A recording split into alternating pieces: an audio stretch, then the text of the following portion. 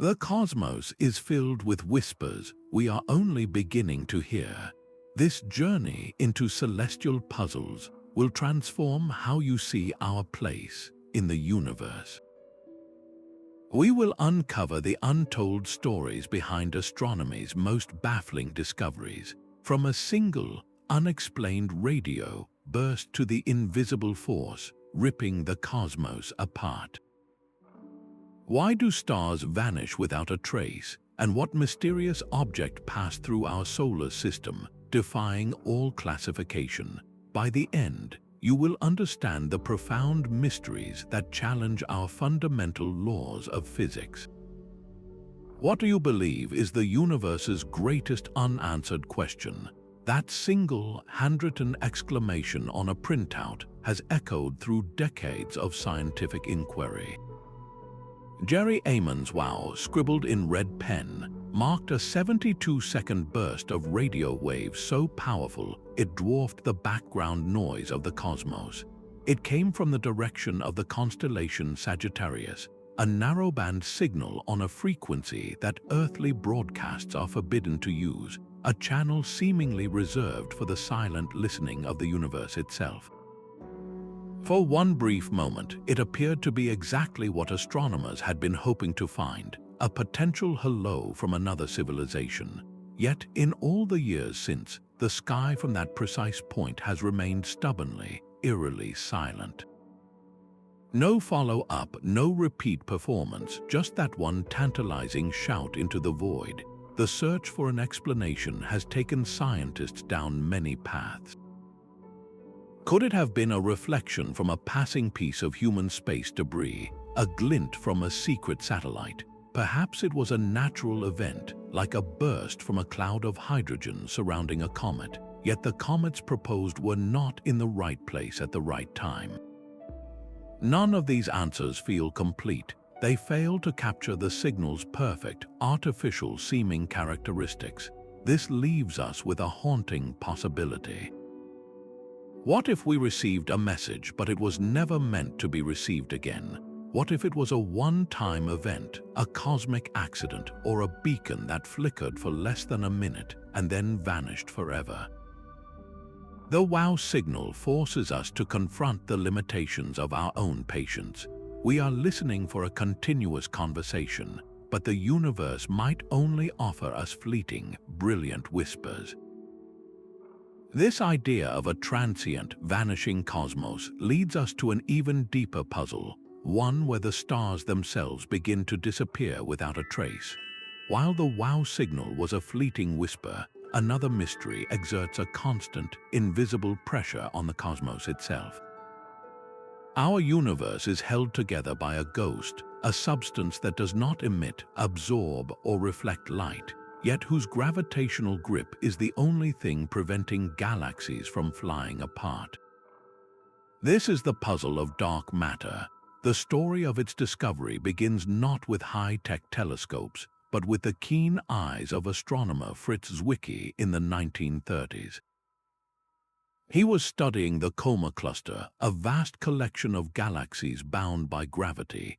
By measuring how fast these galaxies were orbiting the cluster's center, he made a startling calculation. The visible mass of all the stars and gas was nowhere near enough to generate the gravity required for those tremendous speeds. The cluster should have torn itself apart. Zwicky concluded that there had to be something else there, something unseen providing the extra gravitational glue. He called it Dunkel Materie, dark matter. Decades later, astronomer Vera Rubin provided the most compelling evidence, turning this curious idea into an inescapable reality. She meticulously mapped the rotation of individual galaxies, expecting to find that stars on the outer edges, farther from the galactic center, would orbit more slowly, just as Pluto moves more sluggishly around the Sun than Mercury does. But that is not what she found. Instead, stars at the very rim of galaxies were hurtling around at the same incredible speed as those near the center. The only possible explanation was that each galaxy was embedded within a massive, invisible sphere of matter, a halo exerting a gravitational pull far beyond the realm of the stars we can see. This hidden component is not a minor detail, it is the main event. Dark matter is now estimated to make up about 27% of the entire universe, while all the planets, stars, and galaxies we cherish constitute less than 5%. The hunt to identify this ghostly substance defines modern physics. Scientists have built exquisitely sensitive detectors deep underground, shielded from cosmic rays, hoping to catch the rare bump of a dark matter particle, perhaps a WIMP, or weakly interacting massive particle drifting through the Earth. Powerful atom smashers like the Large Hadron Collider try to create these particles in high-energy collisions. Meanwhile, astronomers use a cosmic trick of gravity itself, called lensing, to map dark matter's distribution. They watch how its immense but invisible mass bends the light from distant galaxies, warping their images into faint arcs across the sky, tracing the silhouette of the unseen. Yet, after all this, dark matter remains elusive. Not a single particle has been definitively caught. This persistent failure has led some to propose a radical alternative, that our understanding of gravity itself is incomplete, that on the vast scales of galaxies, gravity behaves differently than Newton or Einstein predicted. But these modified gravity theories struggle to explain everything we observe. So we are left with a profound question: is the universe dominated by a substance we cannot see, or are the laws of physics as we know them fundamentally wrong? This invisible scaffold not only holds galaxies together, it sets the stage for an even more bewildering force, one that is not pulling the cosmos together, but violently tearing it apart. The ghostly grip of dark matter is not the only invisible hand shaping our cosmos. An even more mysterious force is working in direct opposition, not pulling the universe together, but relentlessly pushing it apart. The story of this discovery begins with a cosmic shockwave that reverberated through the world of astronomy in 1998. Two independent teams, one led by Saul Perlmutter and another by Brian Schmidt and Adam Rees, were meticulously observing distant stellar explosions known as Type 1, a supernova. These supernovae act as perfect cosmic mileposts, their known intrinsic brightness allowing astronomers to calculate their distance with remarkable precision. By measuring how much the light from these explosions was stretched or redshifted, the teams could also determine how fast the universe was expanding when that light was emitted billions of years ago.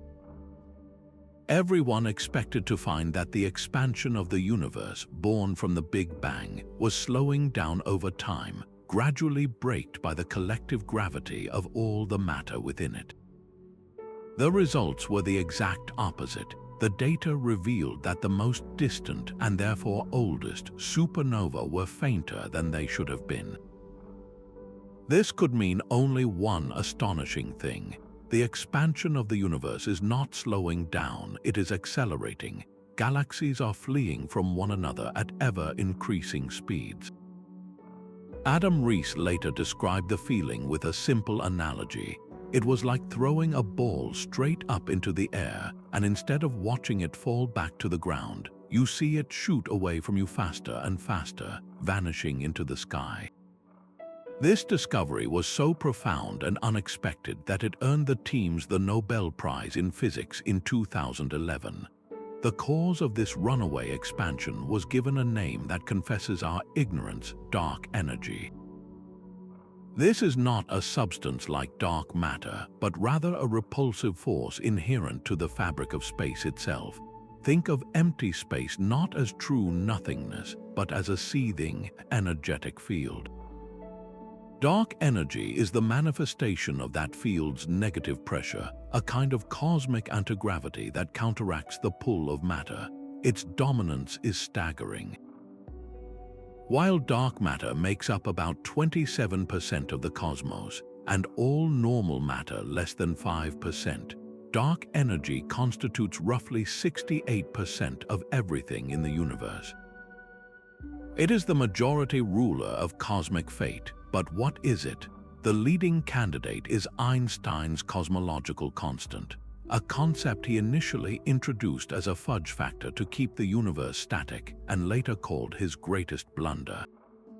This theory posits a constant, uniform energy density permeating all of space.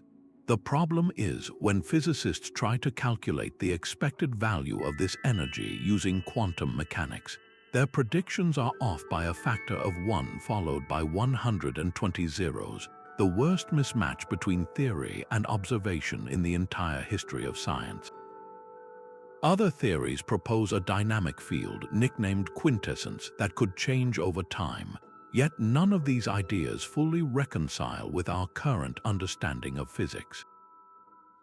This leaves us with a chillingly beautiful yet desolate vision of the future. If dark energy continues to dominate, the acceleration will only increase. In trillions of years, galaxies outside our local group will be pushed away so far that their light can no longer reach us.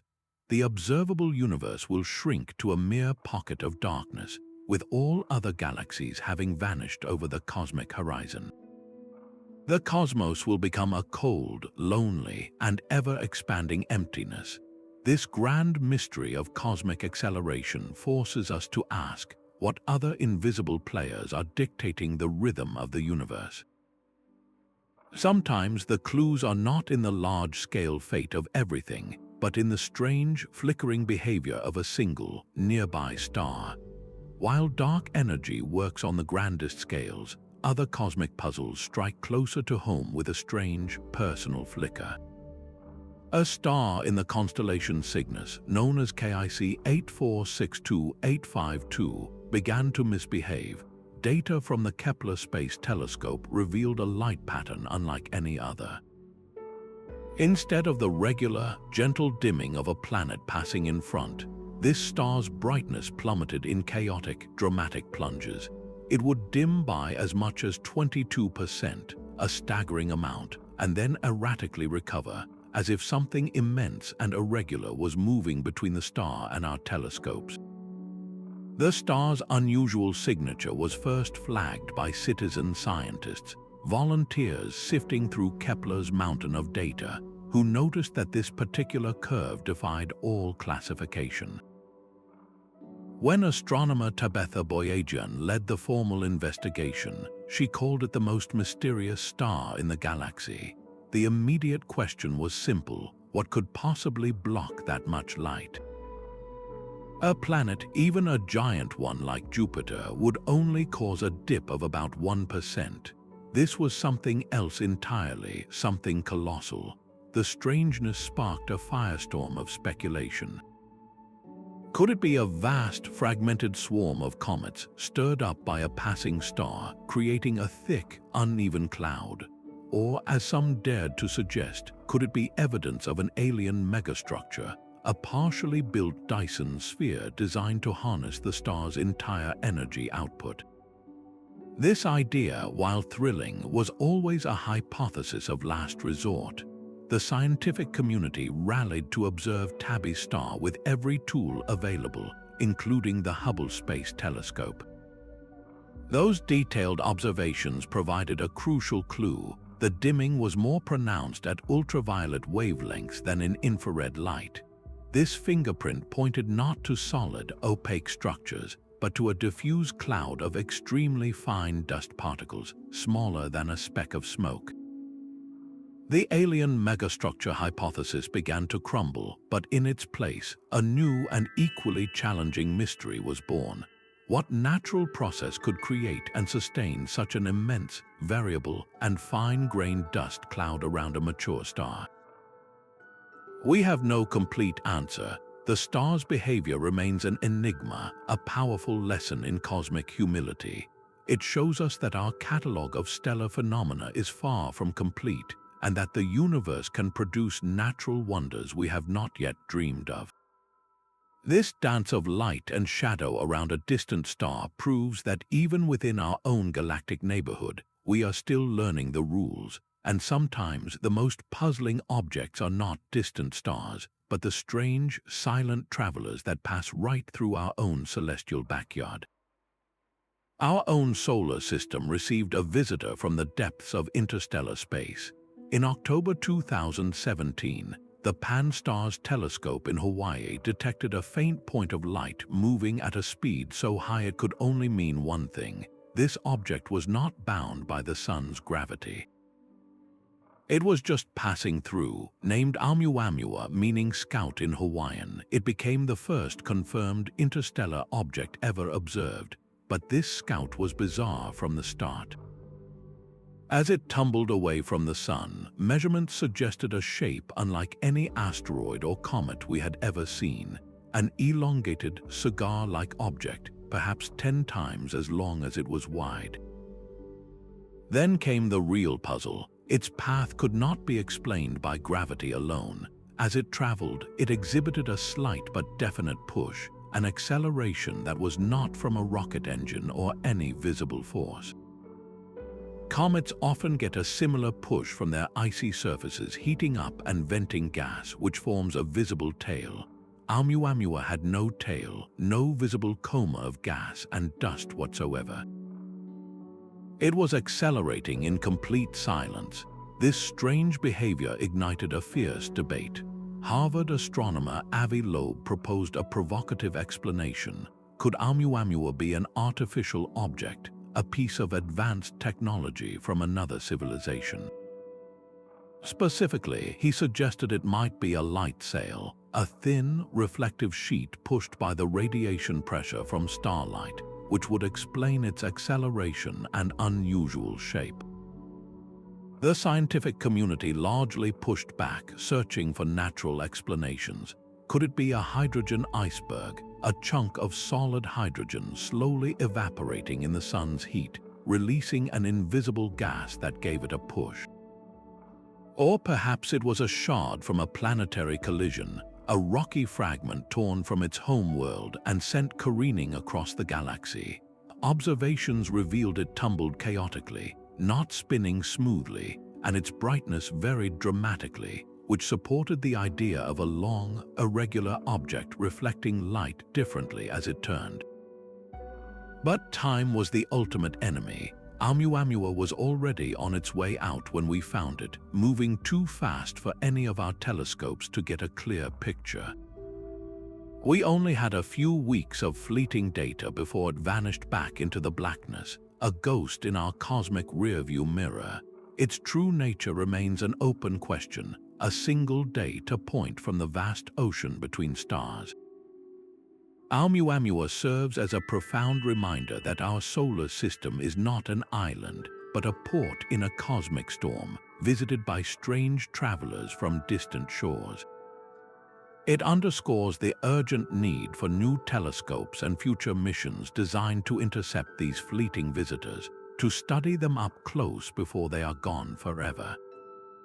What other secrets are these silent wanderers carrying, and what might the next one reveal? Sometimes, however, the most compelling signals are not from silent rocks, but from the stars themselves, appearing to call out with a message that feels almost intentional.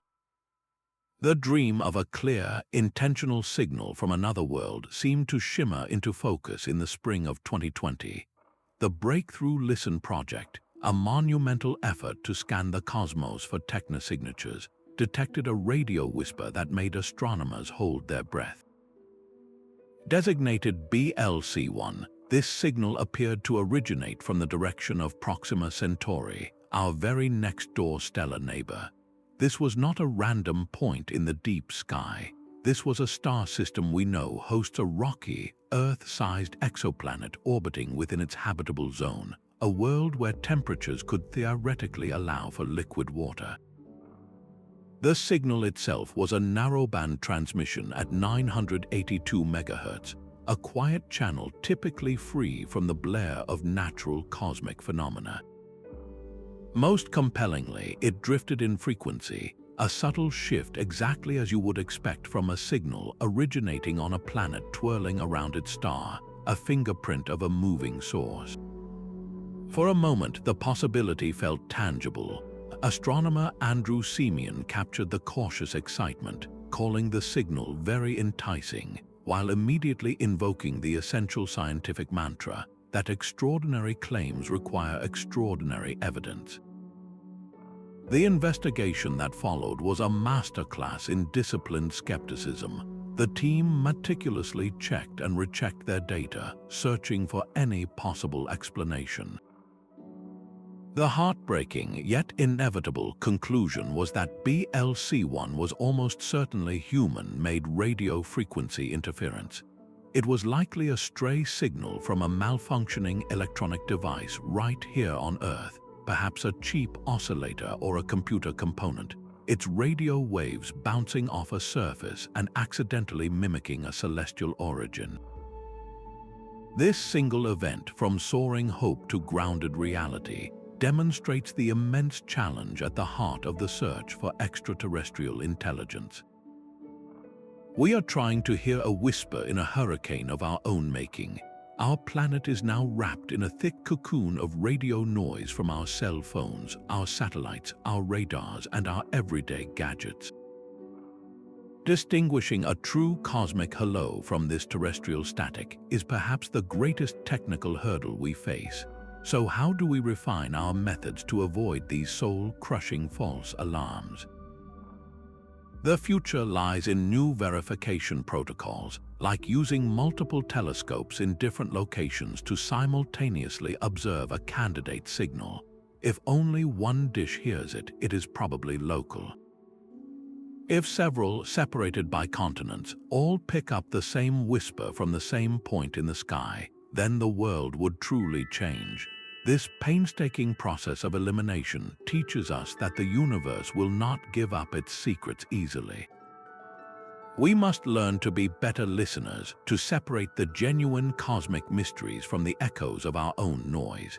And while we search for intelligence in the local galactic neighborhood, astronomers have stumbled upon a structure so immense it calls into question our most fundamental assumptions about the cosmos itself.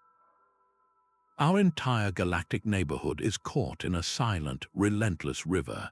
The Milky Way, along with countless other galaxies, is not drifting aimlessly through the void.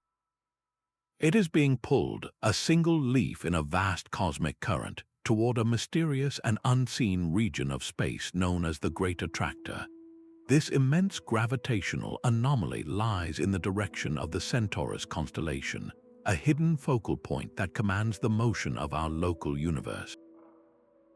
The discovery of this pull began in the 1970s, when astronomers mapping the subtle flows of galaxies noticed something strange. Instead of moving uniformly with the universe's overall expansion, our local cluster and its neighbors were all streaming in the same specific direction, at velocities exceeding 600 kilometers per second. It was as if a cosmic vacuum cleaner was operating just beyond our sight. Astronomer Alan Dressler famously described it as a concentration of mass so great that it dominates the dynamics of our local universe. But what could possibly exert such an immense gravitational tug? The search for an answer immediately hit a major obstacle, a region of the sky astronomers call the zone of avoidance. This is the dense, dusty plain of our own Milky Way galaxy, which lies directly between us and the Great Attractor. It acts like a cosmic blindfold, blocking our view in visible light and hiding the very thing we are trying to see. To peer through this galactic fog, scientists turn to other wavelengths: infrared telescopes which can see through dust, and radio telescopes which map the distribution of hydrogen gas, began to sketch the outline of the monster in the dark. They revealed that the Great Attractor is not a single, unimaginably dense object, but a gravitational focal point created by the combined mass of several enormous galaxy clusters. The most significant of these is the Norma cluster, a dense knot of galaxies whose collective gravity forms the heart of this anomaly. Yet, even when we add up all the visible mass in these clusters, it still does not seem to be enough to account for the full strength of the pull we feel. This suggests that the Great Attractor is itself just one part of something far grander. Recent mapping efforts propose that it is the gravitational core of the Laniakea supercluster, a vast cosmic filament that is home to over 100,000 galaxies, including our own. In this new picture, our Milky Way is not just being pulled toward the Great Attractor. We are all flowing down the same gravitational watershed toward the same immense valley. But the precise distribution of mass and the exact source of the remaining gravitational force remains uncertain. Is there still more hidden mass in that direction, vast reservoirs of dark matter we have not yet accounted for? The Great Attractor forces us to confront the fact that we are still mapping the true architecture of our cosmic home, and that our place in it is defined by currents we are only beginning to understand. This grand mystery of an unseen force sculpting the paths of galaxies leads us to another phenomenon, one where the cosmos itself acts as a lens, warping the very fabric of reality to show us what lies in the dark. The Great Attractor reveals a universe sculpted by invisible hands, but some of the cosmos's most powerful voices are not steady pulls, they are sudden, deafening shouts. In 2007, astronomer Duncan Lorimer was sifting through archived data from a radio telescope in Australia when he found something that should not have been there. It was a single spike of radio energy, a blast so intense it overwhelmed the receiver, yet it lasted for less than 5,000ths of a second. It had traveled for billions of years to reach us, a brief, brilliant whisper from an unimaginable distance. This was the first documented fast radio burst, or FRB. These events are cosmic contradictions. In the span of a millisecond, a single FRB can release more energy than our sun puts out over 80 days. They arrive without warning from random points across the sky, and for years, each one was a unique, unexplained flash. Then, everything changed. Astronomers discovered that some of these bursts were repeating. They were not one-time cataclysms, but persistent, if erratic, phenomena. This breakthrough allowed scientists like Shami Chatterjee to use the world's most powerful radio telescope arrays to finally pinpoint a repeater's home, tracing it back to a small, turbulent galaxy far, far away. The prime suspects in this cosmic mystery are magnetars. Imagine the core of a giant star, collapsed into a city-sized ball of unimaginably dense matter, and then magnetized to a level 1 trillion times stronger than any magnet on Earth. These are neutron stars with a ferocious twist. A magnetar's crust is under such immense strain that it can fracture in a starquake, a seismic event that might crackle with enough energy to launch an FRB across the universe. Alternatively, a magnetar could be interacting with the debris of its own violent past or even a nearby black hole, creating bursts through chaotic, high-energy physics we are still struggling to model. With the Canadian Hydrogen Intensity Mapping Experiment, or CHIME, telescope now scanning the entire northern sky daily, the floodgates have opened. CHIME has catalogued hundreds of these bursts, revealing an astonishing diversity. Some repeat with a predictable rhythm like a cosmic metronome. Others erupt in frantic, chaotic storms of activity before falling silent for years.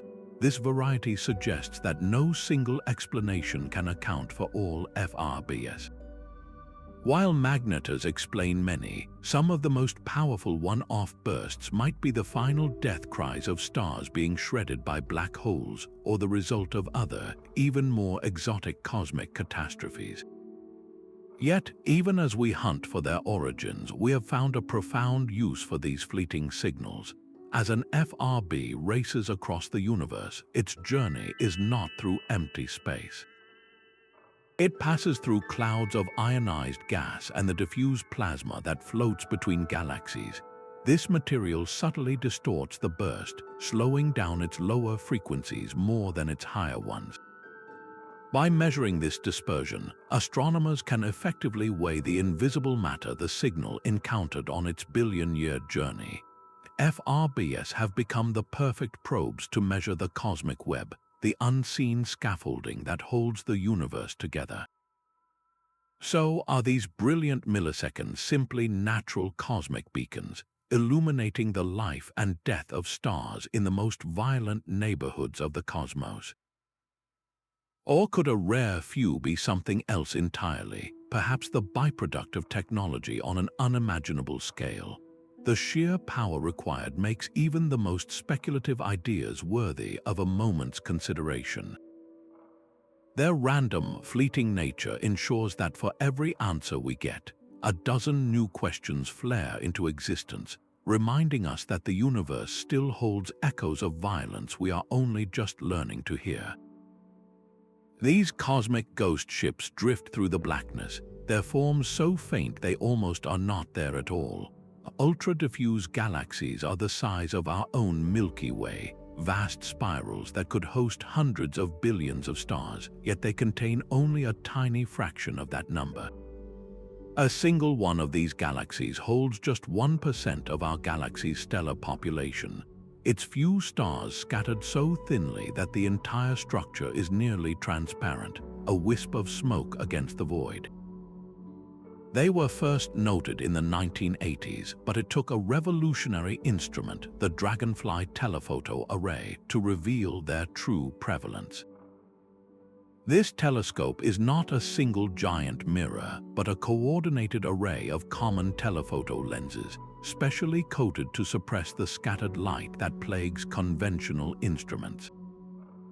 It is designed to see the unseeable, and what it found in the dense Coma cluster was a hidden population of these phantoms.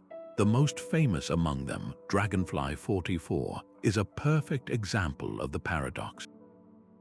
This galaxy has the mass of the Milky Way, but its light is so dim it was overlooked for decades.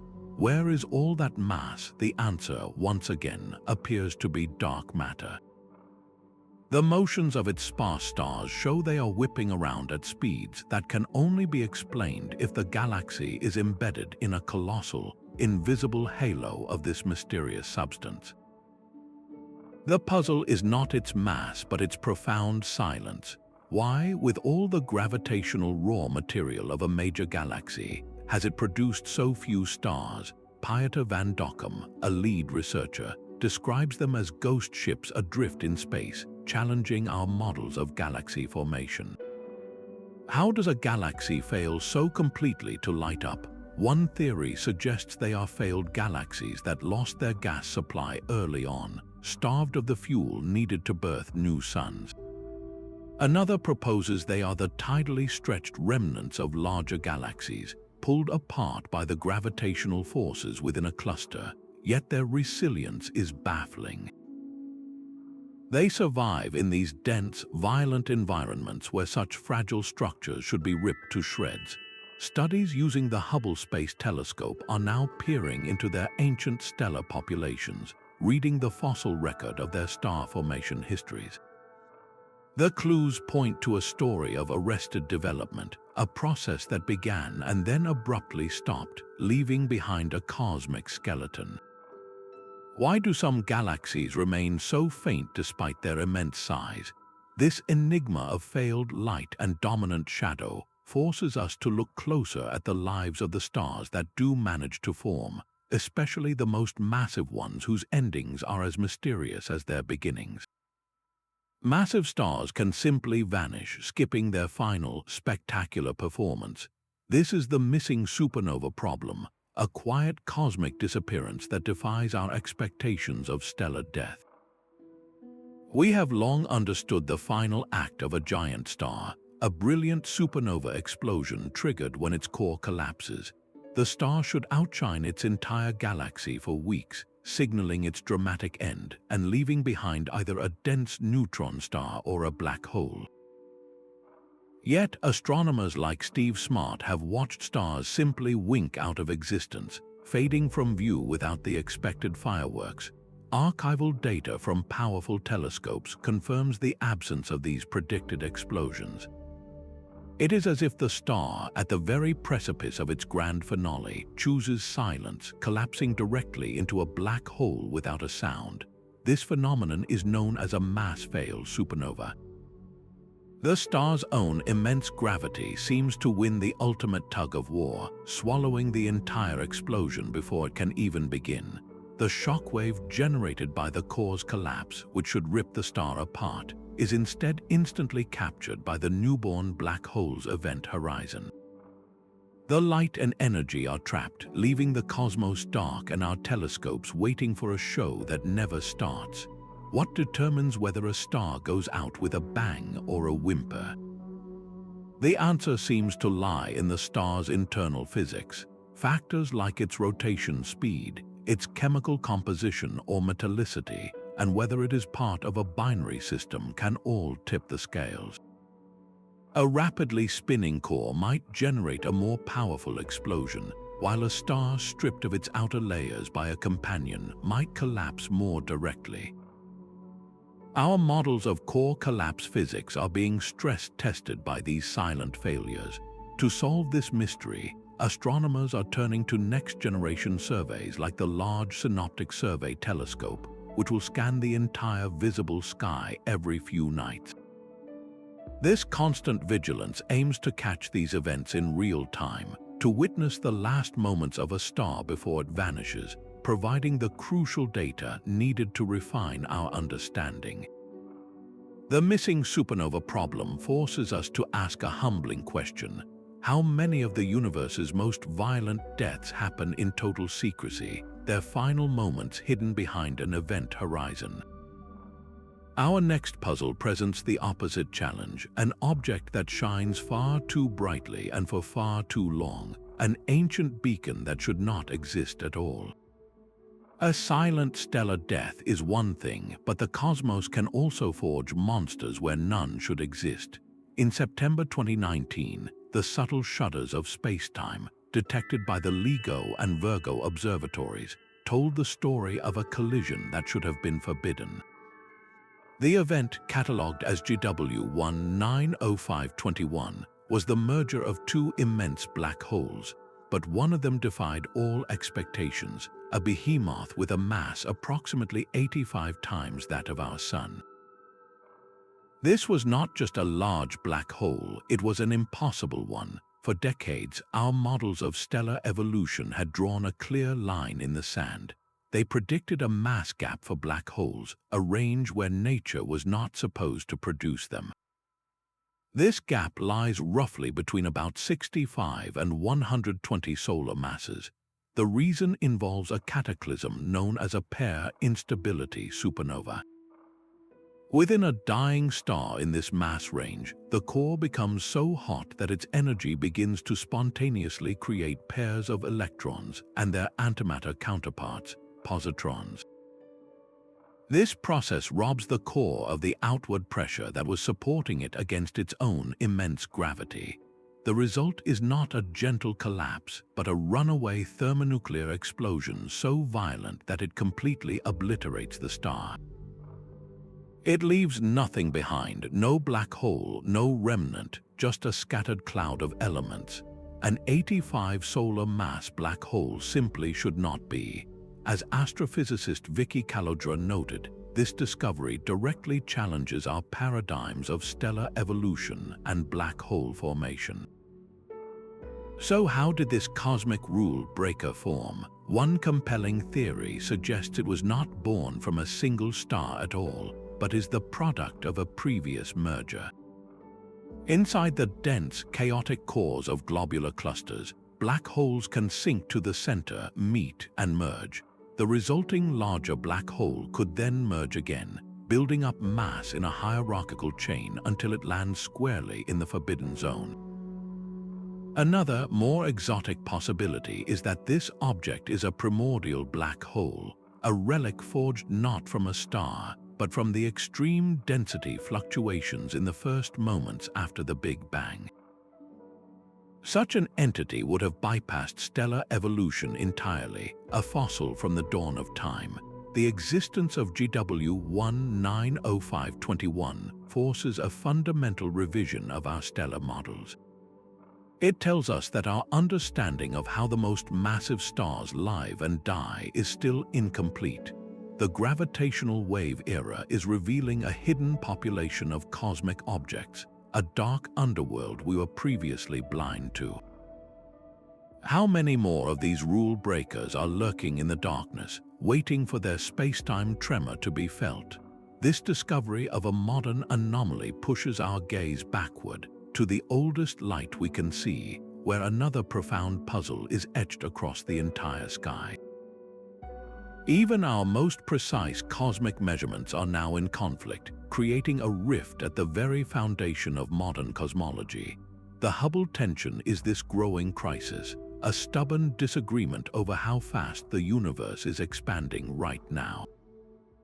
Two different, highly reliable methods for calculating this rate, known as the Hubble constant, are yielding results that stubbornly refuse to align. On one side, we have the view from the dawn of time. The Planck satellite meticulously mapped the cosmic microwave background, the faint afterglow of the Big Bang. By studying the subtle patterns in this ancient light, scientists can project forward, predicting what the expansion rate should be today. This method points to a slower, more sedate universe. On the other side, astronomers use cosmic lighthouses within our modern universe. They observe Cepheid variable stars whose predictable pulses reveal their true brightness, and Type Ia supernova, those standard candles that illuminate vast distances. By measuring how these objects are moving away from us, this local method consistently finds an expansion rate that is significantly faster. The gap between these two results is not a small rounding error. It is a discrepancy that has persisted and grown with better data.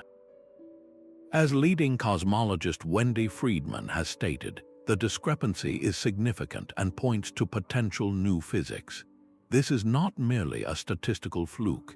It is a direct challenge to our standard model of cosmology, the very same model that so successfully explains the existence of dark matter and dark energy.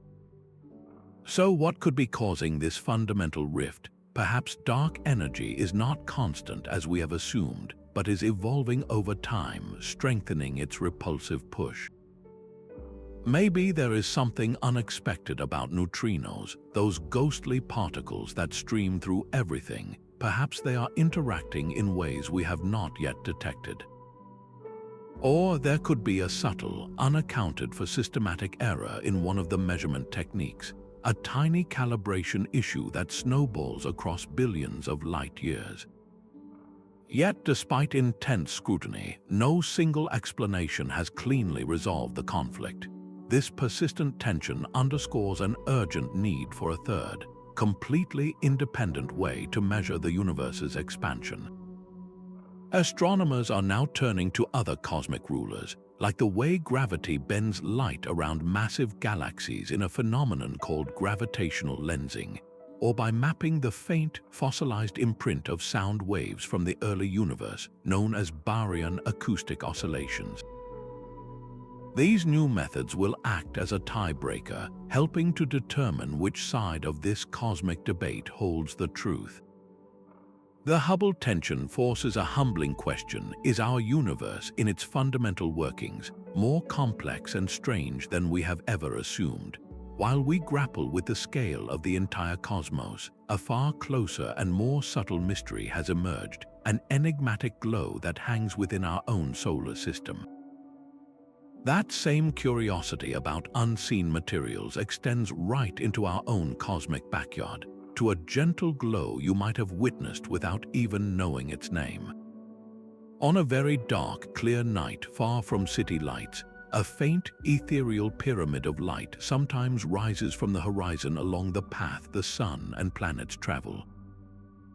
This is the Zodiacal light, a soft illumination long attributed to sunlight, bouncing off countless tiny dust particles that fill the inner solar system.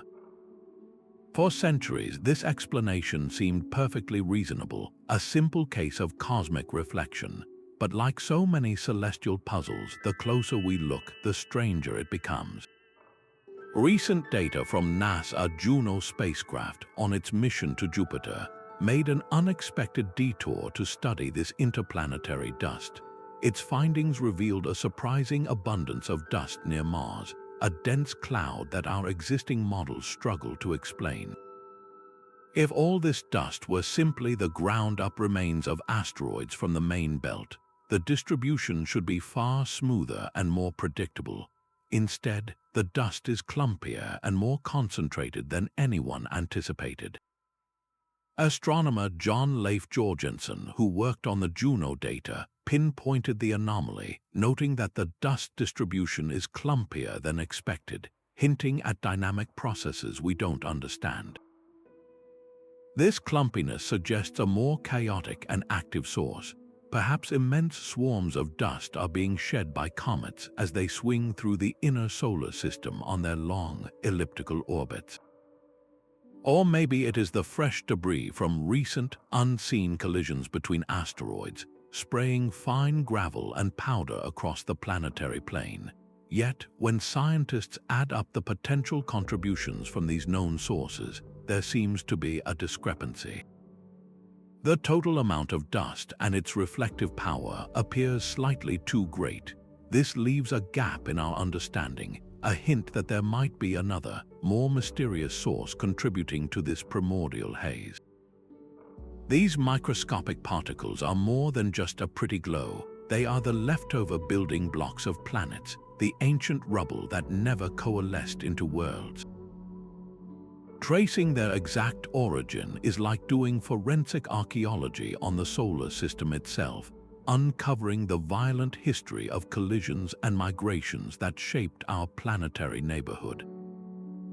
What other unseen materials are floating in the voids between planets, and what could their mysterious abundance tell us about the forces still actively shaping our solar system today? This search for hidden matter close to home mirrors a much larger hunt for an invisible substance that seems to weave the very fabric of the cosmos. Our own sun has a secret buried in its ancient past. 4 billion years ago, it was a dimmer, cooler star, shining with only about 70% of its current brilliance. Under that faint young sun, basic physics dictates that Earth should have been a frozen, global snowball, a world locked in ice. Yet the geological record tells a completely different story. Ancient rocks show clear evidence of flowing water, riverbeds, and even the earliest stirrings of life. Our planet was warm and wet, a cradle for biology when, by all rights, it should have been a deep freeze. This is the faint young sun paradox, a contradiction that astronomer Carl Sagan and his colleague George Mullen formally identified in 1972. They asked a deceptively simple question that still echoes through the halls of planetary science. How did Earth avoid becoming a permanent icehouse? The solution lies somewhere in the delicate balance of our planet's early climate. One leading theory points to the atmosphere, which was likely far thicker then, rich with powerful greenhouse gases like methane and carbon dioxide. These gases would have acted as a planetary blanket, trapping the sun's meager heat with remarkable efficiency. Another possibility is that Earth itself was hotter, with much higher levels of geothermal heat bubbling up from a more active interior, warming the oceans from below. Or perhaps the young planet was simply darker, with less reflective ice and land, absorbing more of the sun's precious energy rather than bouncing it back into space. The true answer is probably a combination of all these factors, a complex interplay that our climate models still struggle to perfectly replicate. This is far more than an academic curiosity about our own origins.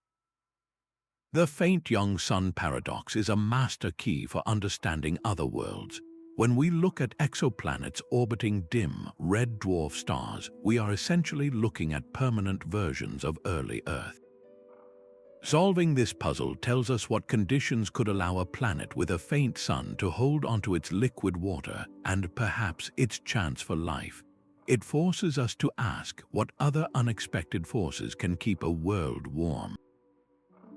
This question of planetary warmth leads directly to a star that exhibits a magnetic temper beyond anything we can explain. A different kind of messenger arrives not from distant galaxies, but from the very edge of our sun's domain.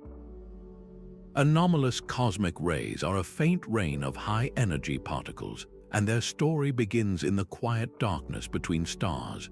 Drifting through this void are neutral atoms, the basic building blocks of gas and dust. When these interstellar wanderers happen to drift into our solar system, they are met by the solar wind, a relentless supersonic stream of charged particles blowing from the sun. This collision strips the neutral atoms of their electrons, transforming them into positively charged ions. Now electrified, they are caught by the sun's magnetic field and flung back outward, swept toward the outer solar system like leaves caught in a hurricane. At the very fringe of the sun's influence, a region called the heliosphere's termination shock, these particles encounter a massive wall of energy. Standard models suggest this shockwave acts like a cosmic particle accelerator, boosting the ions to tremendous speeds and turning them into the anomalous cosmic rays we detect. But the data tells a more complicated story. The Voyager probes, our only spacecraft to have physically crossed this boundary, sent back surprising news. The intensity of these cosmic rays did not match predictions, showing unexpected dips and surges. As astrophysicist David McComas explains, they reveal the complex interplay between our sun and the galactic environment. It seems the simple model of a single acceleration zone is insufficient. Scientists now theorize there could be multiple sites of acceleration, perhaps further out in the heliotail, or that the particles are gaining energy through complex dances with interstellar magnetic fields that we cannot yet map. These particles are more than just a curiosity. They are direct samples of the galactic material just outside our door. By studying their unusual composition and energies, we are essentially taking a core sample of our local interstellar medium, helping us chart the structure and strength of the heliosphere, the protective bubble that shields our entire solar system from the harsher radiation of the galaxy. What other invisible particles are slipping through this bubble, carrying untold stories from the raw stuff between stars? While we probe the boundaries of our own cosmic neighborhood, other observations challenge our timeline for the entire universe, pointing to a galaxy that somehow grew up far too fast. The universe was still in its chaotic youth when the Wolfe disk began to spin. Discovered in 2011, this massive, rotating galaxy dates from a time when the cosmos was a mere 1.5 billion years old. It is a structure that, by all our established theories, should not have existed. The early universe was a tumultuous construction site, dominated by violent collisions and messy mergers between small, irregular protogalaxies. The prevailing model of galaxy assembly told us it should have taken billions of years of this cosmic chaos for a massive, orderly, rotating disk like our own Milky Way to finally settle down. Yet there it was, the Wolfe disk, a fully formed island of calm in a stormy young cosmos, complete with sustained star formation.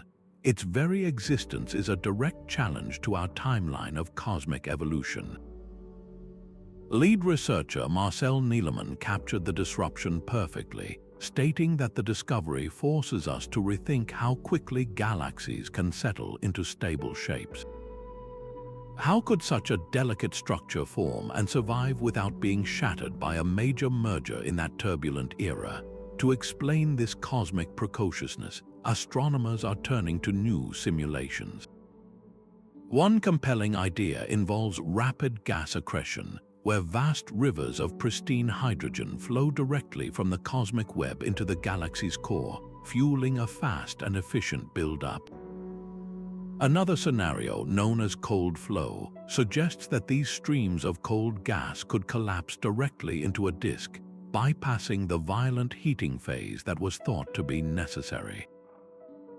The Wolfe disk stands as a silent rebuke to our previous assumptions, a fossil that proves some galaxies grew up with astonishing speed. This single discovery highlights a profound gap in our story of cosmic evolution, forcing us to ask what other mature structures were taking shape in the universe's first light.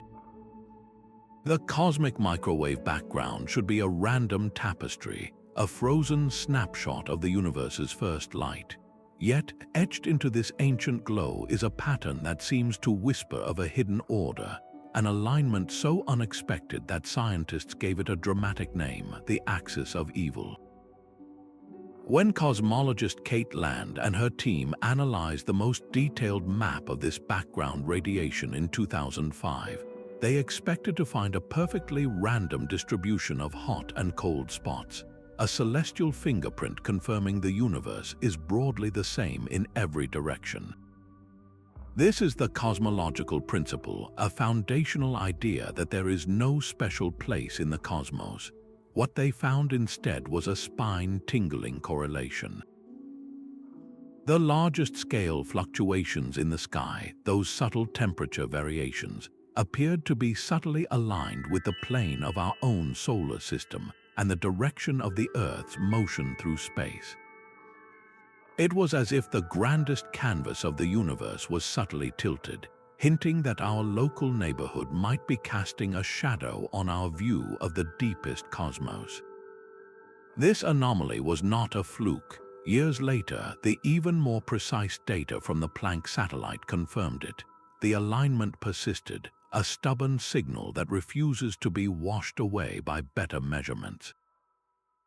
The immediate and most conservative explanation is that we are seeing a form of contamination. Our view of the pristine cosmic microwave background is filtered through the bustling foreground of our own Milky Way. Perhaps dust, gas, or other emissions from our galactic plane are imitating a cosmic signal, creating an illusion of alignment where none truly exists.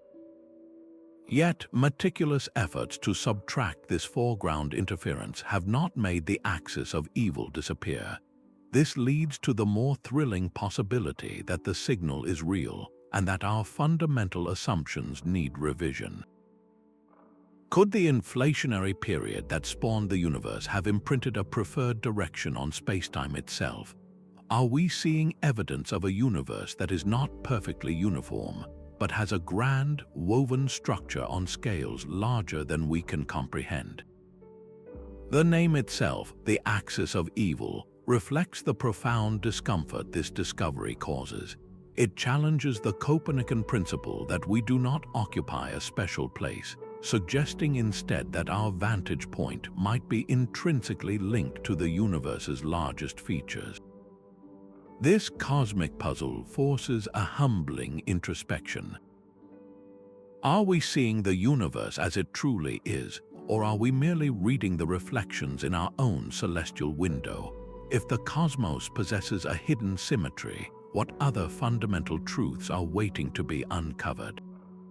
This search for deeper patterns leads us to confront a star that presents a different kind of challenge, one that seems to break the rules of time itself. A star in the constellation Libra holds a birth certificate that seems to break the universe. Known as HD 140283 and nicknamed the Methuselah star, this ancient sun is a pure, metal-poor relic from the dawn of time. When astronomers first calculated its age, they arrived at a number that sent shockwaves through the scientific community: 14.5 billion years. This presented an impossible paradox, a star that appeared to be older than the universe itself, which is measured at 13.8 billion years. How can something be older than the space it exists within? The answer lies in the delicate art of cosmic forensics. A team led by astronomer Howard Bond used the Hubble Space Telescope to perform a more precise investigation. They meticulously accounted for the star's abundance of oxygen and refined its distance, factors that are critical for calculating its true age. This careful work brought the star's estimated age down, closer to the universe's own timeline, but lingering uncertainties keep it perilously close to the boundary. As Bond explains, it pushes the limits of stellar models and cosmic chronology. This is not just a simple error in measurement, it is a fundamental tension between two fields of science. Stellar astrophysics, which models how stars live and die, is directly confronting cosmology, the study of the universe's origin and evolution. To resolve the paradox, we must question our most basic assumptions. Were the conditions in the early universe slightly different, perhaps with subtly varying fundamental constants of nature, allowing the first stars to form and age in ways our current models cannot predict? Or does the fault lie in our stellar models themselves, which are built from our understanding of stars in the modern, metal-rich universe, not these primordial, almost pure hydrogen relics? The Methuselah star is a ghost from a lost era, challenging us to read its faded story correctly. If our most ancient stars do not fit the timeline of our cosmos, what other fundamental ingredients from the universe's first moments have we miscalculated? This question of cosmic accounting leads us directly to another elemental mystery, one involving a substance that is conspicuously absent from the cosmos. The universe's first few minutes were a forge of unimaginable power, creating the primordial elements that would seed everything to come. Yet one of those elements refuses to match our cosmic ledger. According to our most refined models of Big Bang nucleosynthesis, the frantic nuclear cooking in the universe's infancy should have left behind a specific, predictable amount of a light element called lithium-7. The math is elegant and precise, and for hydrogen and helium, the predictions match the ancient starlight almost perfectly. But when astronomers look at the oldest stars in our galaxy, the fossils of that early cosmos, they find only about 1/3 of the lithium that should be there. This cosmic lithium problem is a quiet but persistent crack in the foundation of our origin story, a discrepancy noted since the 1970s that has stubbornly resisted every attempt at a solution. Where did all that primordial lithium go? Astrophysicist Brian Fields suggests the answer could lie in new particle physics or in stellar processes that destroyed lithium. Perhaps an unknown nuclear resonance, a subtle tweak to the probabilities of atomic interactions in the first moments, skewed the production.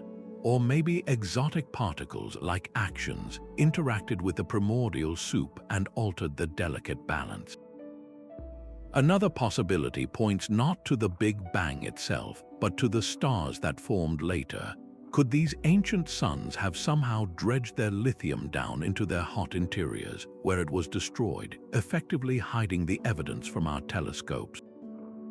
Each proposed solution is compelling, yet none has been definitively confirmed. This is not a minor accounting error. The lithium problem is a direct test of our understanding of the universe's first nuclear furnace.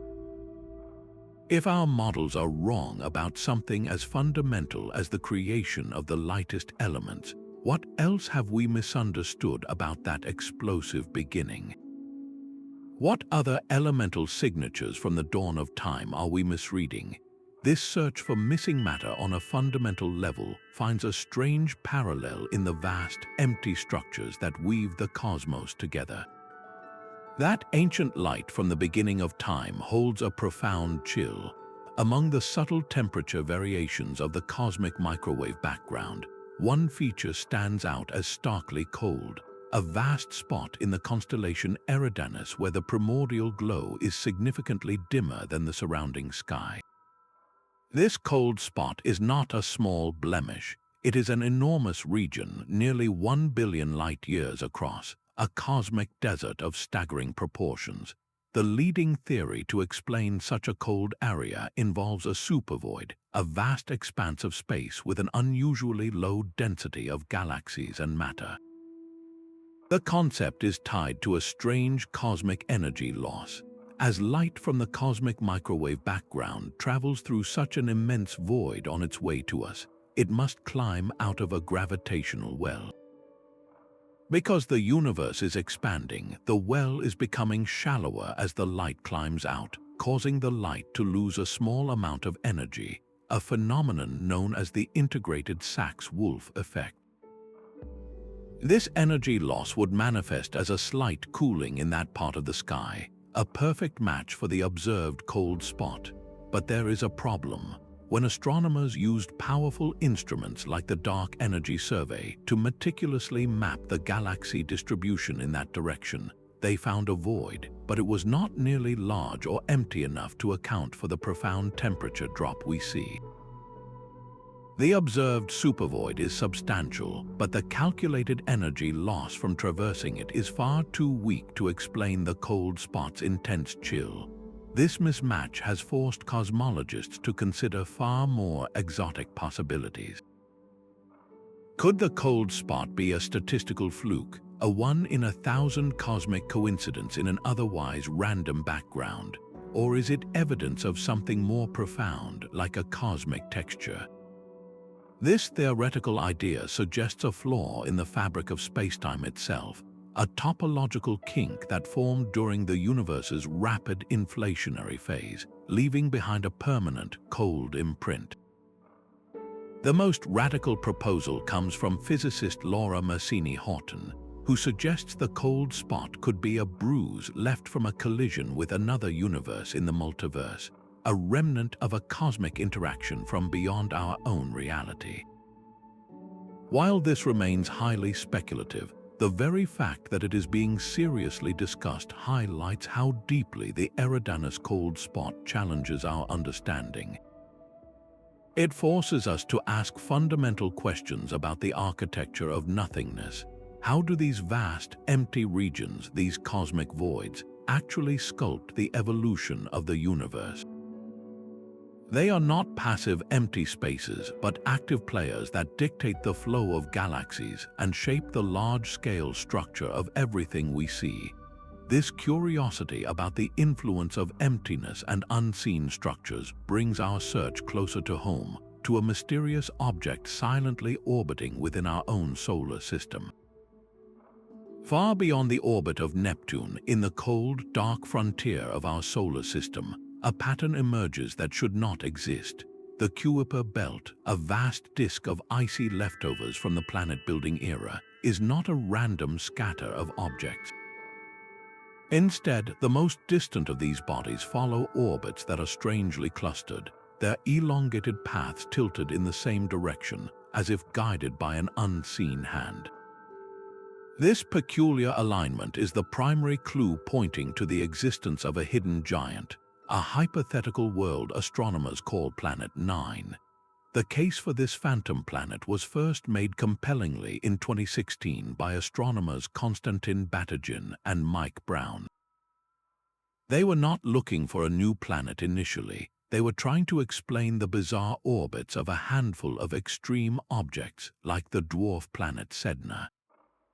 Sedna takes 11,000 years to complete one trip around the Sun, tracing a path so far out that it seems completely detached from the gravitational influence of the known giant planets.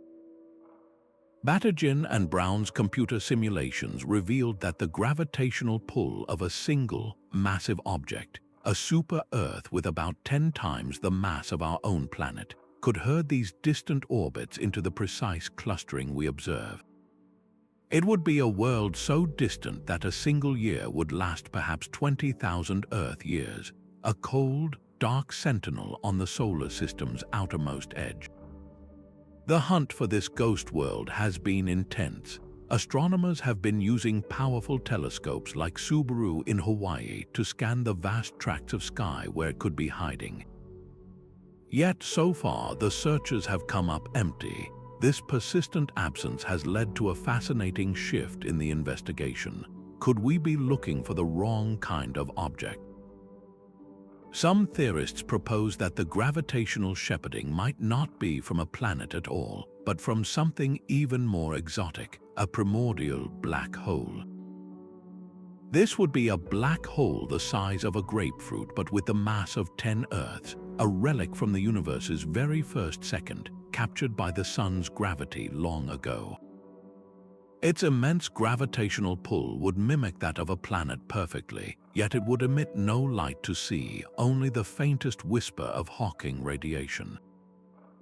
Other scientists question whether we need a single massive object at all, suggesting that the collective gravity of many smaller, unseen Kuiper belt objects could, over billions of years, produce the same strange orbital alignments.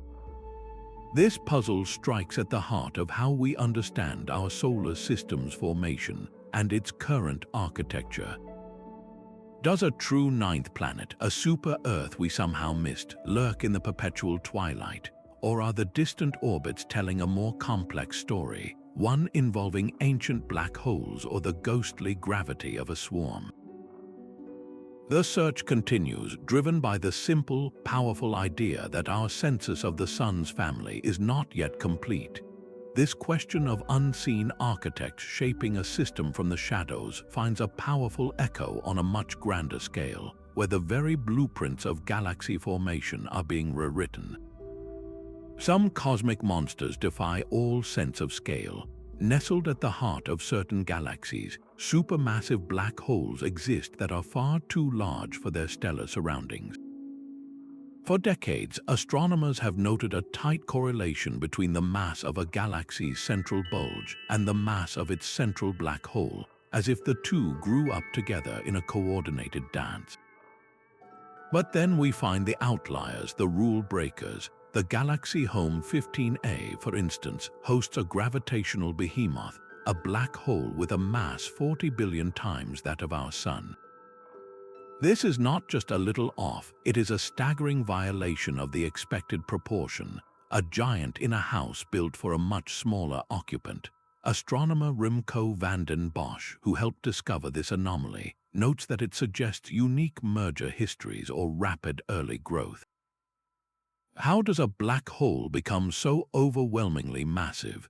The leading theory involves a dramatic past, a history of galactic cannibalism.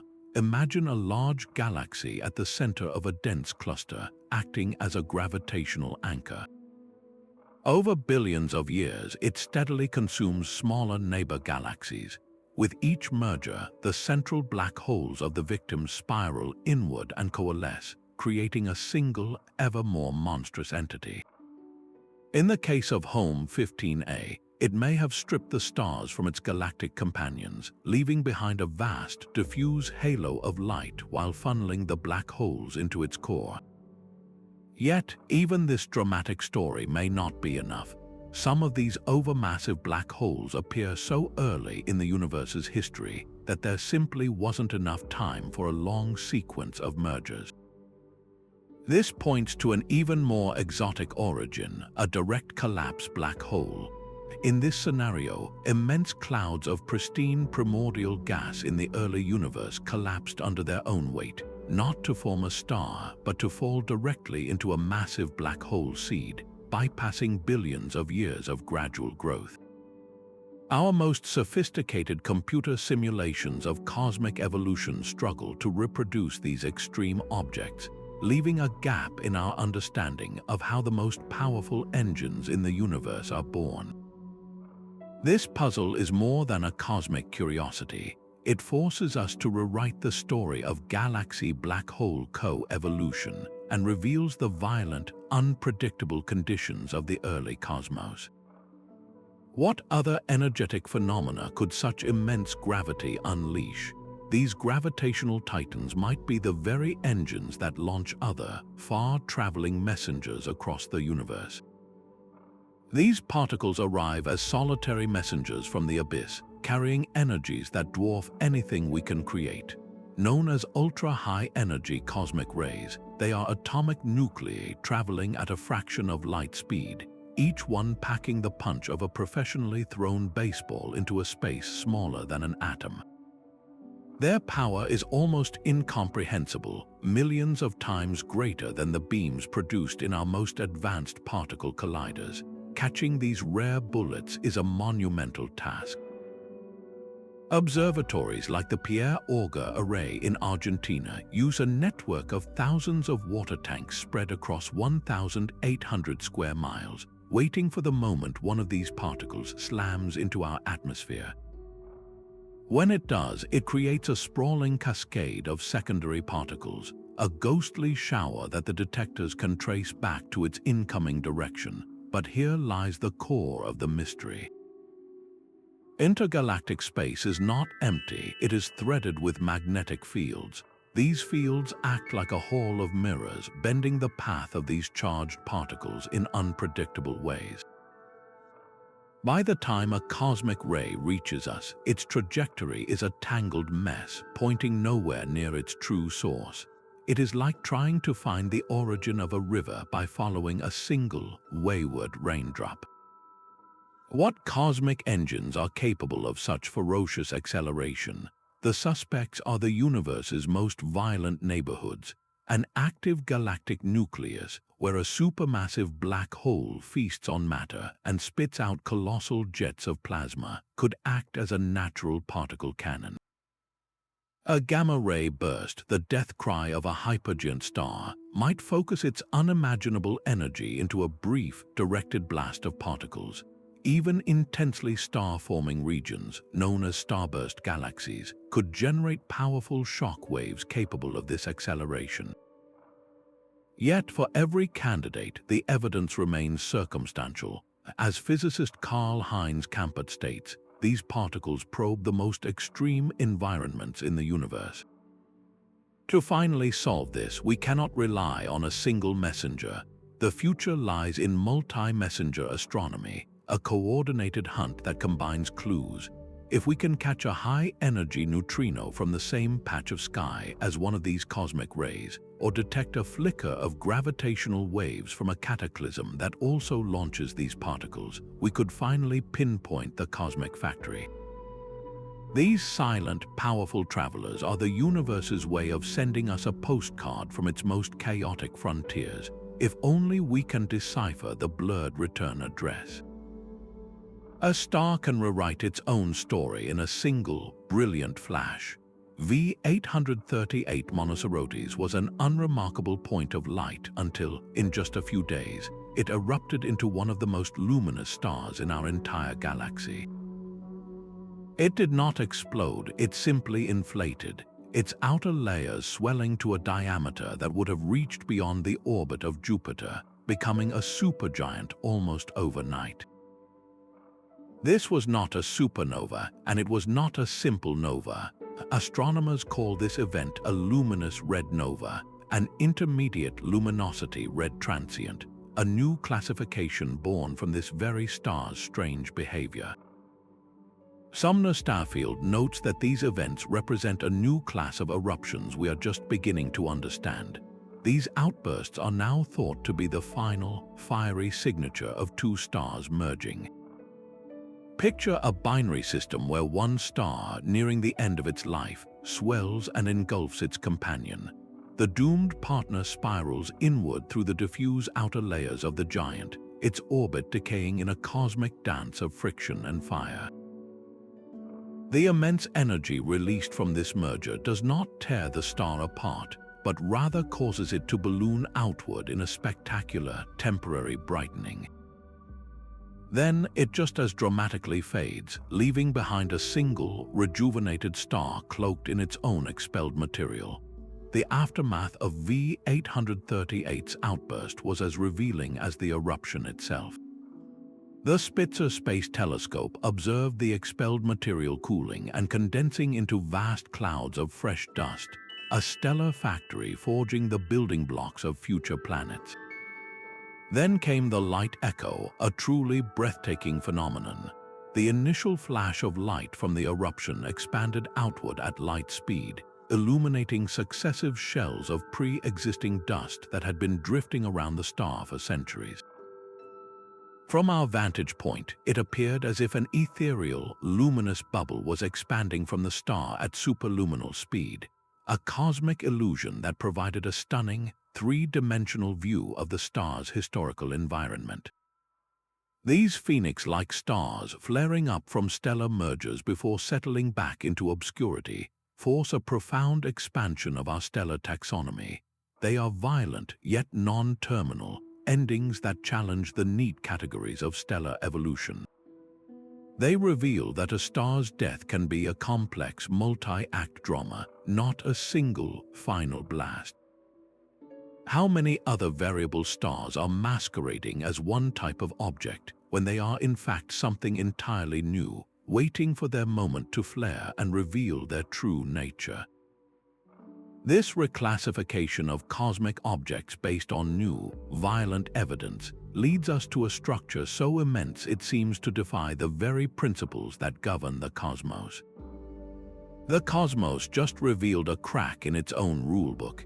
In 2021, a doctoral student named Alexia Lopez was analyzing light from distant quasars when she noticed something impossible: a faint, crescent-shaped smear of galaxies so vast it defied all expectations. Stretching an incomprehensible 3.3 billion light-years across the sky, this structure, which she named the Giant Arc, is a formation of galaxies and galactic clusters that should not exist. It directly confronts one of astronomy's most cherished principles, the cosmological principle, which holds that when you view the universe on a sufficiently large scale, matter should be spread more or less evenly in every direction. There should be no grand structures, no continents in the cosmic ocean, just a uniform sea of galaxies. The Giant Arc is a continent. It is almost 3 times larger than the theoretical size limit of 1.2 billion light-years for any cosmic structure. As Lopez herself stated, this discovery suggests our understanding of the universe's structure is incomplete. The immediate and most conservative explanation is that we are witnessing a breathtaking cosmic coincidence, a chance alignment of separate galaxy clusters that only appears from our vantage point to form a connected arc. But the statistical probability of such a perfect, immense alignment is incredibly low, forcing astronomers to consider more fundamental revisions. Could the early universe's period of inflation, that faster-than-light expansion, have imprinted these giant blueprints onto the fabric of space-time? Perhaps the laws governing gravity on the largest scales are subtly different than we suppose, allowing matter to clump in ways our models cannot yet predict. The Giant Arc is not just an object, it is a question etched across 9% of the observable universe, challenging us to redraw our maps of cosmic structure. It pushes the boundaries of cartography on a scale we can barely comprehend, forcing us to wonder if the universe's apparent uniformity is merely an illusion born from our limited perspective. What other immense patterns are waiting to be found, hidden in the vastness between the stars? While we grapple with these structures of unimaginable scale, a much closer star has begun to behave in a way that is equally perplexing, its light flickering as if controlled by an unseen hand. The familiar shoulder of Orion nearly vanished from our sky. Betelgeuse, that brilliant red beacon, began to fade dramatically in late 2019, losing over 60% of its normal light. For a few tense months, the world held its breath, wondering if we were about to witness a supernova in our own galactic backyard, a once-in-a-civilization event. Then, just as mysteriously, the star began to recover, its brightness returning to normal by early 2020. So what really happened during the Great Dimming? The answer was not a prelude to a final explosion, but a cosmic sneeze. The Hubble Space Telescope caught the culprit in action. Betelgeuse had violently ejected a massive bubble of its own plasma from its surface. This titanic surface mass ejection, a belch of stellar material millions of miles across, traveled out into the colder regions of space. There, the gas cooled rapidly and condensed into an immense cloud of fine dust, forming a temporary cosmic veil that blocked our view of the star's face. Astronomer Andrea Dupree reflected that the event showed us how massive stars behave before they explode. It was a rare, real-time glimpse into the final, turbulent chapters of a supergiant's life. This single event rewrote our understanding of stellar aging. We learned that these surface ejections are a key part of how red supergiants like Betelgeuse lose mass, shedding their outer layers in violent fits and starts. It also provided a masterclass in cosmic dust formation, showing how the raw materials for future planets are forged in the chaotic atmospheres of dying stars. Yet the fundamental trigger for such a colossal stellar eruption remains a mystery. Was it driven by the star's immense convection cells, like bubbles in a boiling pot reaching a critical size? Or was it the result of a pulsation, a rhythmic expansion and contraction that finally went too far? The Great Dimming of Betelgeuse transformed how we monitor these variable stars, teaching us to look for subtle signs of pre-supernova activity we might have previously missed. It serves as a humbling reminder that the most familiar stars in our sky are still capable of profound surprises. What other stellar giants are quietly building towards their own dramatic and perhaps imminent transformations? This question of cosmic origins brings us back to our closest neighbor, where a violent beginning forged our world. Our own moon holds a geochemical secret that rewrites the story of its violent birth. Deep within the lunar rocks brought back by Apollo astronauts, scientists found a puzzling imbalance, an overabundance of a particular form of the heavy metal tungsten. This specific isotope, known as tungsten-182, is far more common on the moon than it is here on Earth. This is not a minor detail, it is a fundamental clue. Both Earth and the moon are thought to have formed from the same cataclysmic event, a Mars-sized planet named Theia smashing into the infant Earth. The debris from this unimaginable collision coalesced to create our moon. In such a violent merger, you would expect everything to be thoroughly mixed, creating two worlds with nearly identical chemical fingerprints. The tungsten anomaly tells us this did not happen. Planetary scientist Richard Walker explains that this reveals complexities in the accretion processes of early solar system bodies. Something prevented a perfect blend. One theory suggests that the cores of the early Earth and the impactor Theia never fully merged. Theia's own distinct tungsten signature could have been imprinted on the material that later formed the moon. Another idea involves a late veneer, a rain of meteorites that pummeled the Earth and moon after their formation. If Earth received more of this late-arriving material, it could have diluted its tungsten-182, making the moon seem enriched by comparison. There is even a proposal that intense irradiation from the young sun altered the moon's surface chemistry in a way that Earth, protected by its magnetic field, avoided. Each of these explanations forces us to refine our models of that primordial crash. The puzzle is not just about the moon, it is about the very first chapters of our own planet's life. How did the chaos of a giant impact leave such a precise, lasting signature? The answer is locked in the silent, gray rocks that have orbited us for billions of years, a constant reminder that our closest companion is still a world of mystery. This search for a missing ingredient in a celestial body's composition finds a stunning parallel in a galaxy that seems to be missing the most dominant substance in the universe. A galaxy without its ghost is a cosmic paradox. In a universe seemingly dominated by dark matter, the discovery of NGC 1052DF2 sent shockwaves through astronomy. This ultra-diffuse galaxy, spotted by Pieter van Dokkum's team, is a vast, wispy collection of stars, but its internal motions tell a startling story.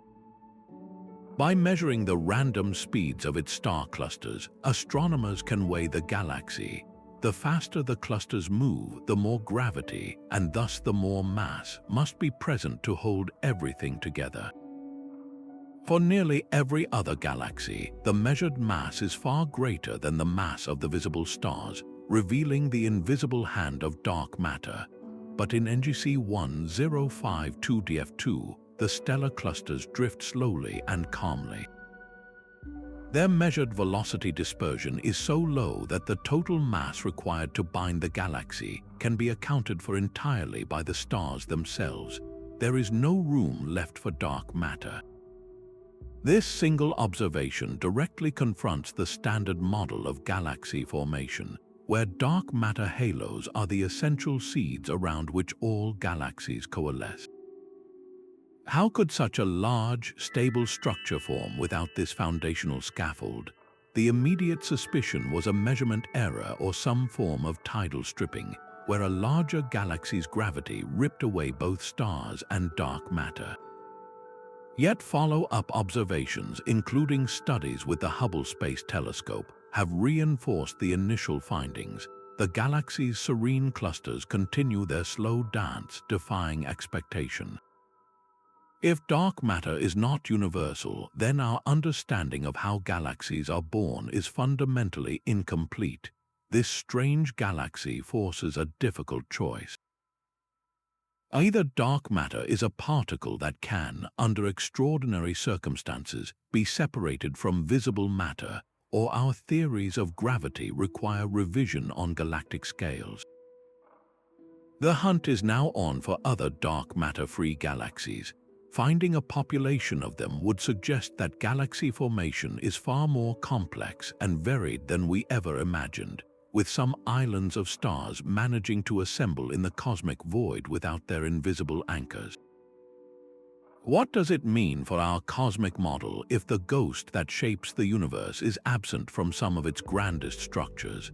This challenge to our standard model finds an echo in the very first moments of everything, a period of unimaginable expansion that set the stage for all we see. That same primordial expansion that created the cosmic microwave background leaves its own faint whisper in the polarization of that ancient light. This is the hunt for the starting gun of the cosmos, the search for the trigger of cosmic inflation. The theory itself is a masterpiece of cosmic problem-solving, proposing that a fraction of a second after the Big Bang, the universe underwent a breathtaking exponential expansion, inflating from a subatomic speck to a vast volume in an unimaginably short time. This single idea elegantly explains why the universe is so flat, so uniform, and so large. Yet the mechanism behind this incredible growth spurt remains one of physics' greatest unknowns. What was the engine that drove it? The leading candidate is a hypothetical field called the inflaton.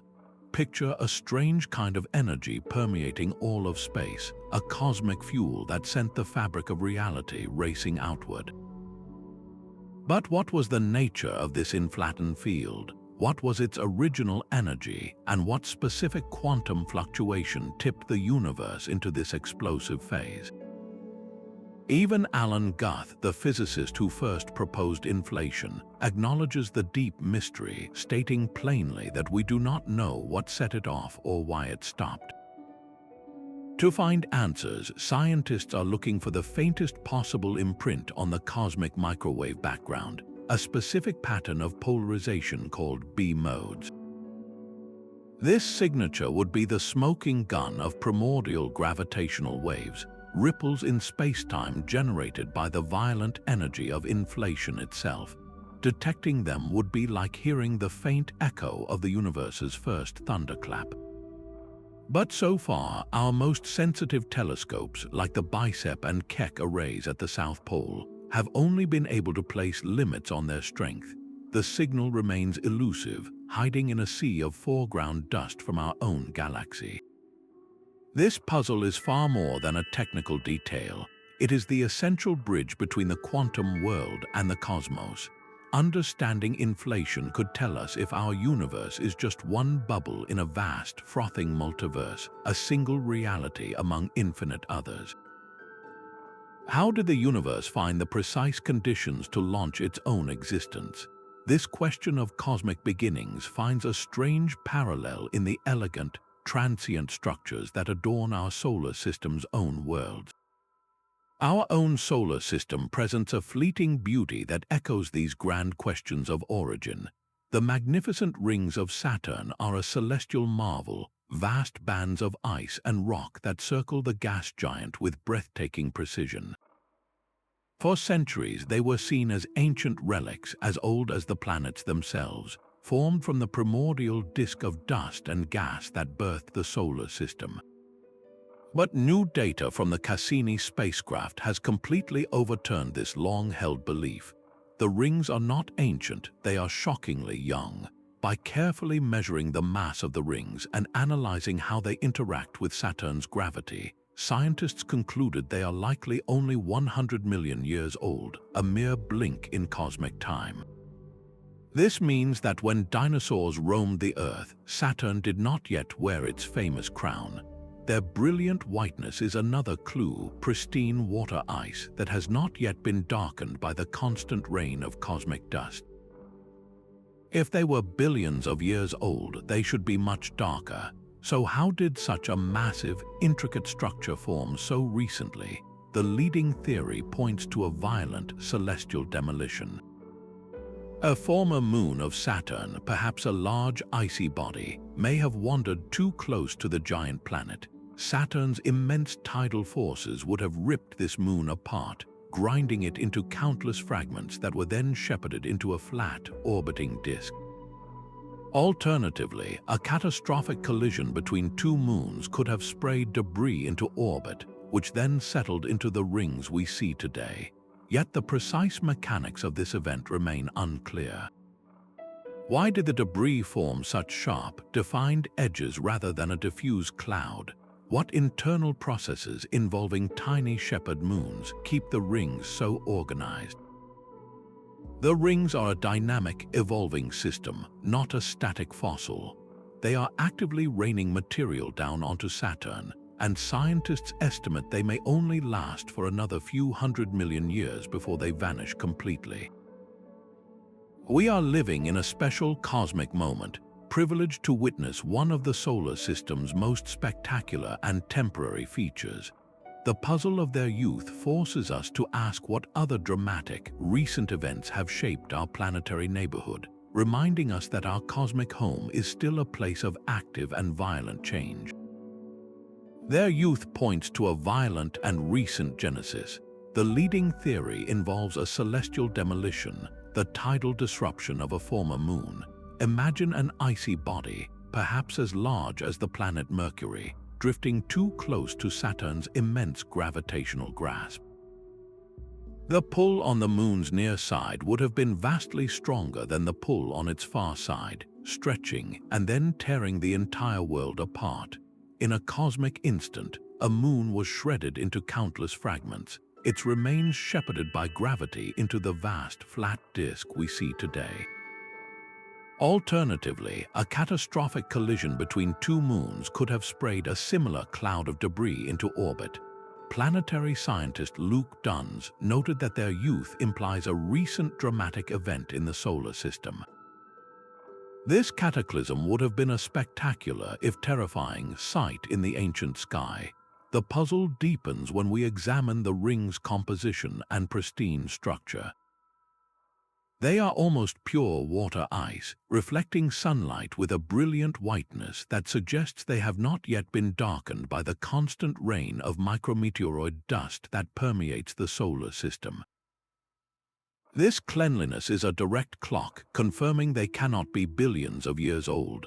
Furthermore, their sharp, defined edges and intricate patterns are maintained by a complex gravitational dance with tiny shepherd moons, which orbit within and alongside the rings, confining the material and preventing it from spreading out. This dynamic system is not a static monument, it is an active and evolving one. Cassini's final measurements revealed that the rings are actively raining material down onto Saturn's upper atmosphere, a slow but steady erosion. Scientists estimate this magnificent structure may only last for another few 100 million years before it vanishes completely. We are therefore living in a uniquely privileged moment in cosmic history, witnessing one of the solar system's most spectacular and temporary wonders. What other recent violent events have reshaped our cosmic neighborhood without leaving a trace? The search for answers continues not just for Saturn, but for ring systems around other worlds, helping us understand the chaotic and dynamic nature of planetary systems.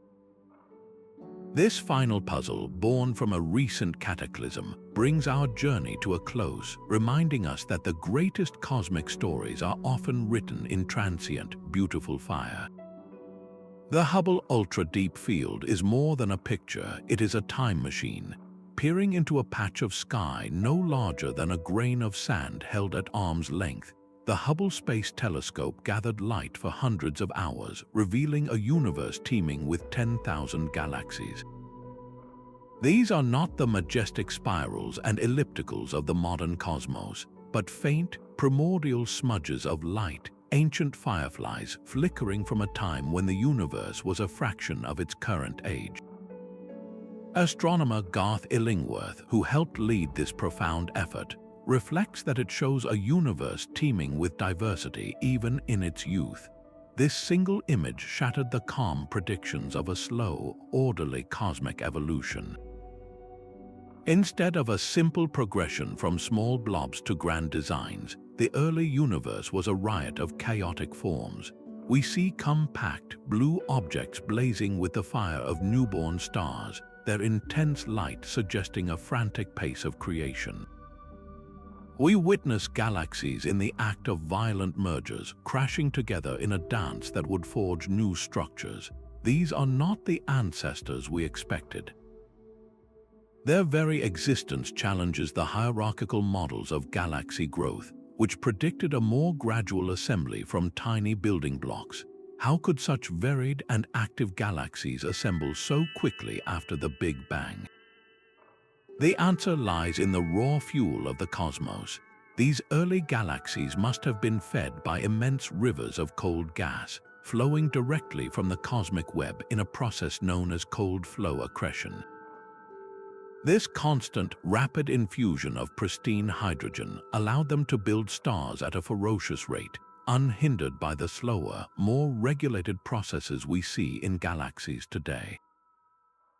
Yet the puzzle is not just about how they formed, but how they regulated themselves. The intense radiation from their countless new stars should have blown away the very gas that fed them, a process called feedback. Our simulations struggle to balance this explosive growth with the mechanisms that eventually shut it down, shaping the galaxies into the more sedate forms we recognize today. This fundamental question of how the first galaxies assembled with such speed and diversity is the very engine that drives the mission of the James Webb Space Telescope. With its powerful infrared eyes, Webb is now peering back even further, past the reach of Hubble, to witness the birth of the very first stellar systems. It seeks to resolve these faint smudges into distinct structures, to read their chemical compositions, and to finally understand the chaotic nursery where the great islands of the cosmos were born. As we conclude our journey through these celestial puzzles, from a single red pen exclamation to a universe teeming with infant galaxies, we are left with a profound reflection. The enduring allure of these mysteries is not just in finding answers, but in the endless curiosity they inspire. Each solved puzzle peels back a layer of the cosmos, only to reveal a deeper, more beautiful question waiting beneath. From a single red pen exclamation to a universe teeming with infant galaxies, these celestial puzzles form a grand tapestry of human curiosity. Each mystery, from the ghostly grip of dark matter to the silent passage of Oumuamua, underscores a profound truth: the cosmos is under no obligation to make sense to us. Yet our relentless quest for understanding continues to peel back the layers of reality. revealing not just answers but deeper, more beautiful questions. These stories are more than scientific challenges. They are catalysts for global collaboration and technological innovation, pushing us to build better telescopes, more sensitive detectors, and entirely new branches of physics.